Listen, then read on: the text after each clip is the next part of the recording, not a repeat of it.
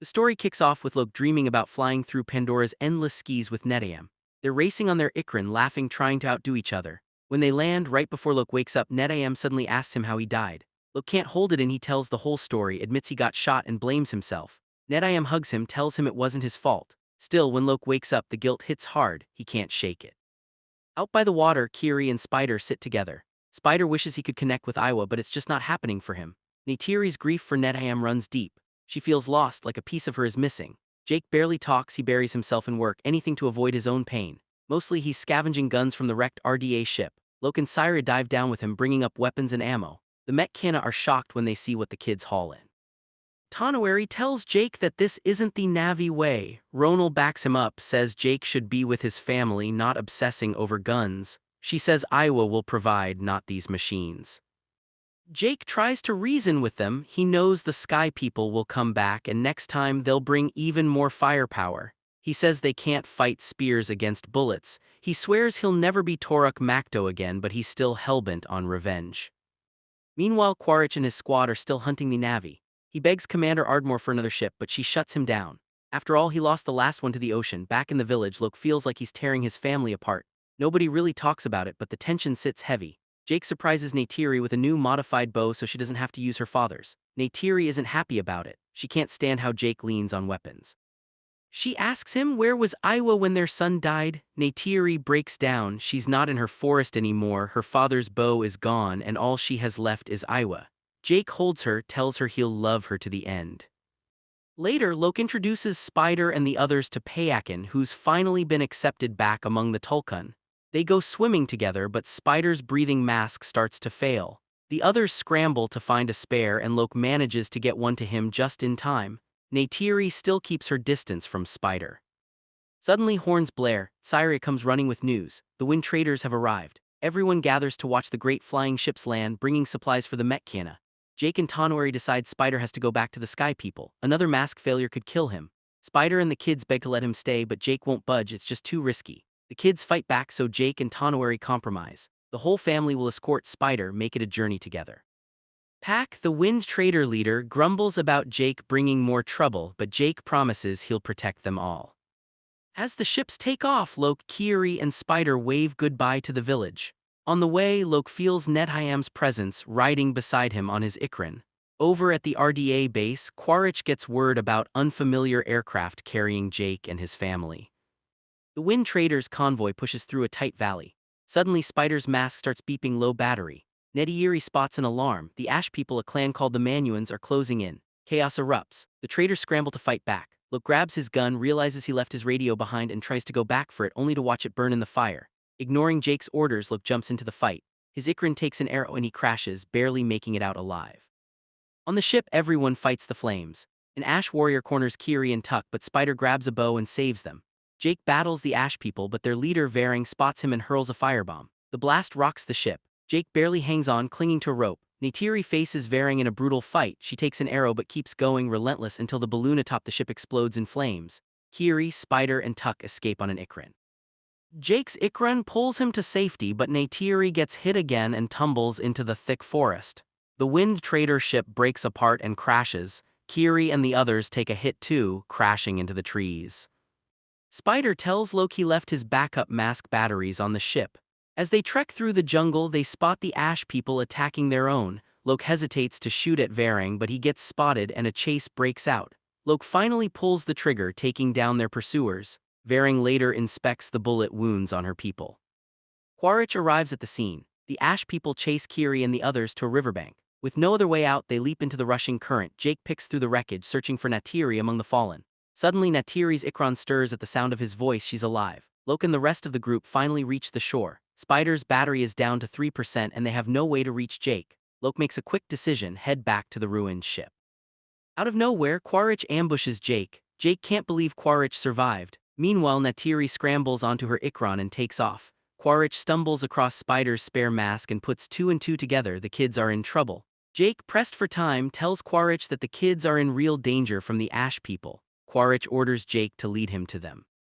Spider collapses, fighting for breath as his battery finally gives out. Kiri zones out, catches sight of some strange creature and tells Loke to lay Spider down on the roots. She crams a bit of the creature into Spider's mouth. Suddenly the roots glow and snake into his body. Kiri taps into her powers and channels the Great Mother's energy, wrapping Spider in a cocoon of roots. The effort nearly knocks Kiri out. Look cuts the roots apart, thinking it's over. For a second they all think Spider is gone.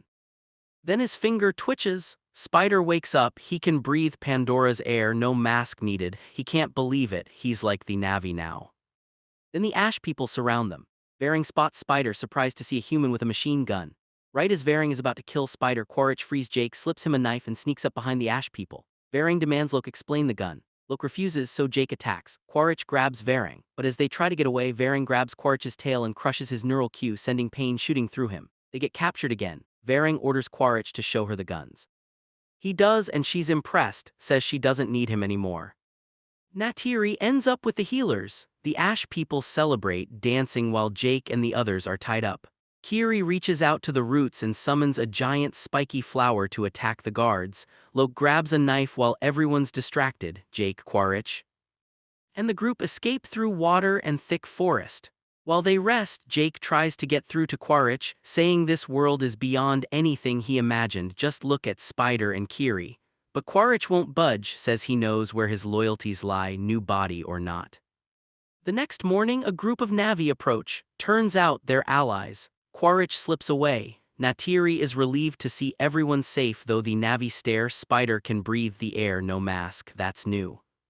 Quaritch heads back to Bridgehead City. He tells the scientists to find Spider. He's convinced Spider holds the answer to humans living on Pandora without masks. Dr. Norm tells Jake that mycelia took over Spider's body and changed him at the cellular level, even gave him a Chelou. Later, Kiri visits the spirit tree. She confronts the Great Mother, asking why she didn't save Spider. She had to do it herself. A bright light flashes and Kiri has a seizure. Jake and Neytiri decide it's time to tell her the truth. She has no father. When Grace was pregnant, Norm ran tests and found a unique birth just like the Avatar. Kiri learns the Great Mother willed it. She's the daughter of a Wa. Norm warns Kiri not to connect to the Great Mother underwater again, or it'll kill her. Neytiri suggests Spider's too dangerous and should be killed, but Jake won't have it. He's set on saving him. Meanwhile, Mike and Ian are still out there hunting Tulkun for Amriat. At the Meta Village, Tanori talks about the hunt. Neytiri, injuries and all, manages to use her bow again. Rona wonders how Kiri can do things even Tai can't. The council decides to exile Payakan for breaking Tulkun rules and killing people on the ship. He has to leave. Payakan goes, saying he'll never hear his song again. Loke tries to defend him. Payakan's a warrior, he saved lives, but nobody listens. Jake pulls Loke away and everything falls apart in an instant. Jake lashes out, blaming Loke for Nitam's death. Loke can't take it, he just leaves, totally crushed. Neytiri tries to nudge Jake to talk to Loke, but Jake just shakes his head. He doesn't know what to say. That's when Neytiri admits something heavy. She'd kill Spider if it meant saving her family. Jake wants her to stop hatting, but she says she hates how people think. Jake tells her, look, I'm human inside, so you must hate me too. Our kids mess up because they're human inside. Neytiri walks out later. Jake finds her and apologizes for what he said. He knows he was just angry. Meanwhile, Lax sits alone with a gun, seriously thinking about doing something terrible, but he stops himself. Kiri and Saraya find him and remind him they need him. Loke and Saraya start building a new bow. Kiri teaches Spider how to connect with animals. But things outside are getting worse. Quaritch goes after other Na'vi clans, desperate to find Spider. He comes back to the Ash people with a bag full of guns. They capture him and take him to Vang. He tries to win her over by offering endless weapons and just to show off gets a sniper to kill a man. Vang leads him to a hut full of strange, dark magic. She blows some powder into his face and he starts hallucinating. She tells him her story. A fire destroyed her forest, her people starved, and Iwa never helped.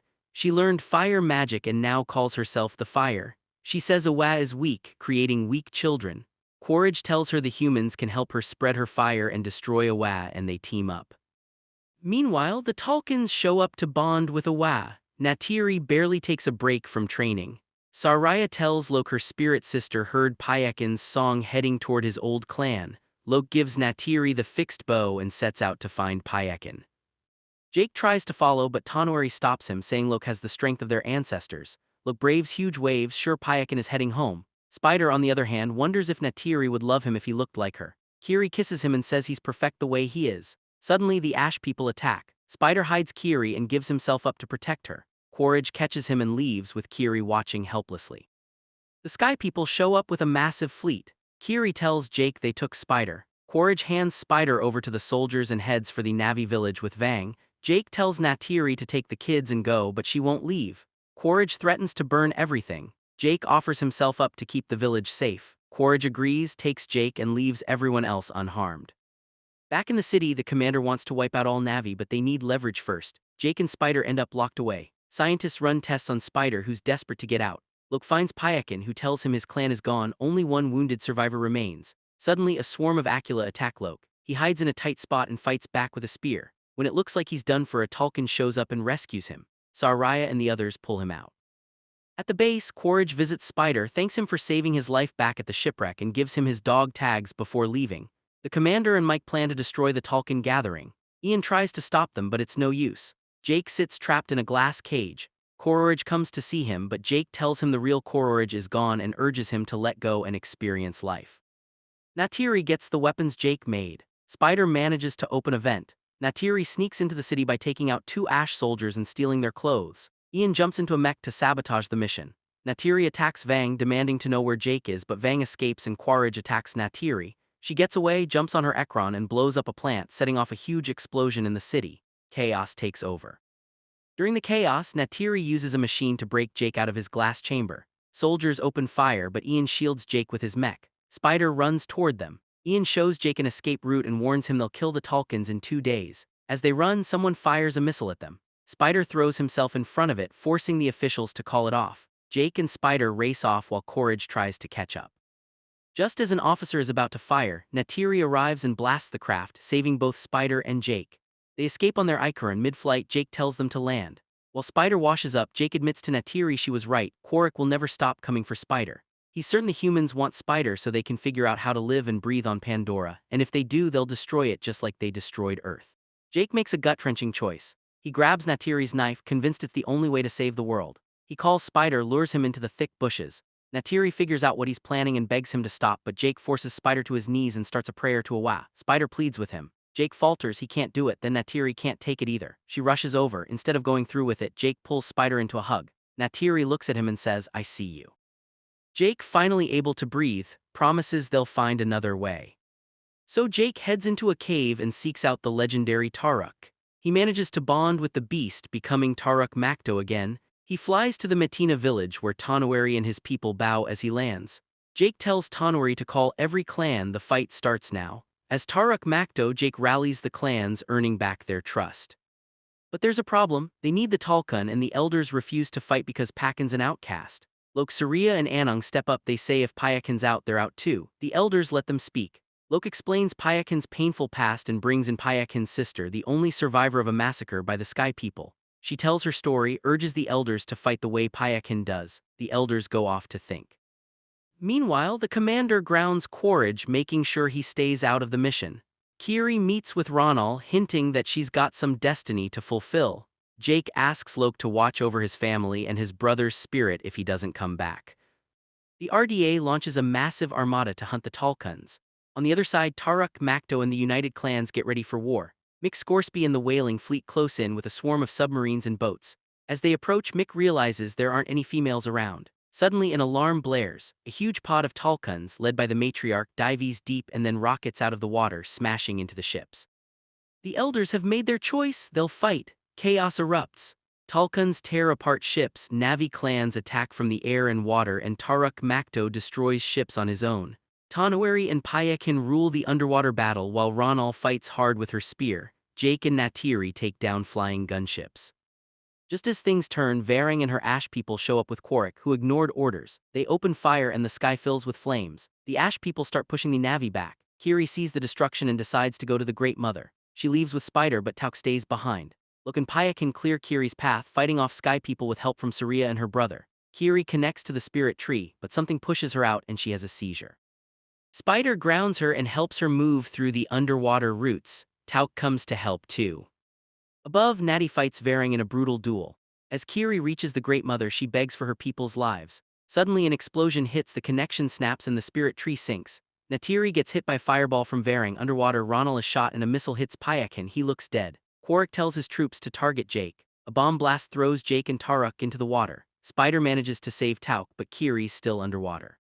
The battered heroes gather on shore, barely hanging on. Rona says she's dying, but she's about to give birth. Lox pulls Jake to safety. Spider dives back in and finds Kiri. She's alive and can breathe underwater. With Natty's help, Ronald gives birth to a baby girl. As she dies, she asks Natiri to protect her child. Jake thanks Loke for his courage and for bringing the Tulkuns to the fight. Suddenly, Quarik and Vang show up. They've captured Tauk. Quarik radios Jake. If Jake wants his family, he needs to bring Spider. Jake turns to Loke. He needs him as his wingman. On the other side, Mick Scoresby and his fleet get ready to harvest Amrita, blasting the Tulkuns with deafening sound beams. Hundreds of ships surround the whales. Torpedoes are ready. Just as they're about to fire, the spirit tree lights up. Owa has heard Kiri's prayer. Hundreds of Alu swarm the ships. Kiri commands them to attack the Sky People. The sea creatures charge, smashing boats and dragging soldiers below. Taruk gets his strength back and lets out a wild call, pulling in hundreds of creatures to attack the Ash People. He tears apart a massive ship. Meanwhile, the big gun Mick Scoresby once blinded comes alive and goes right after Mick's boat, dragging him under. That's the end for Mick. The commander freaks out and orders everyone to abandon ship. Jake and Loach rush onto the flagship to rescue Natiri and Tauk. Spider and Kiri are right behind them. On deck, Jake spots Varang and Quarik. He tells Loach to lay down cover fire. Spider radios Quarik, begging him to stop fighting. He's on his way, he says. Spider walks toward Quarik and Quarik swears they can just go home, but as they try to leave, Jake ambushes the Ash soldiers. Loke backs him up, taking out the guards around Varang. Varang goes after Natiri, ready to kill her. Kiri shows up and uses her tail to control Varang. Varang sees what Kiri can do and bolts, scared out of his mind. Quarik grabs Spider and takes off on an Ekron. Jake leaps onto Taruk and gives chase. In midair, Jake attacks Quarik. Spider jumps from Quarik's mount to Jake's. Quarik gets knocked off. Suddenly, all metal nearby gets yanked toward a massive magnetic anomaly, ripping apart the machinery. Jake and Spider get stuck in the magnetic pull. Jake falls and gets hurt. Quarik comes to finish him, but Spider steps in and shoots an arrow into Quarik's arm. A brutal fight breaks out between Jake and Quarik on the floating rocks. They trade blows, heavy and desperate. Spider tries to reload his bow but gets knocked down. He slips off, but Quarik manages to grab his hand, the other holding onto a root.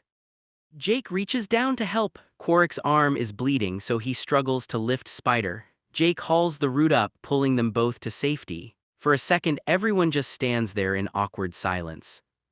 Then Natiri, Loke and Kiri show up. Jake signals them to hold back. Quarik, clinging to whatever honor he's got left, looks around, then just lets go. He falls into the fire and gets sucked into the magnetic void. That's the end of him. Spider's shaken, sad to see him go. The Sully family pulls each other close. They're safe, they're together.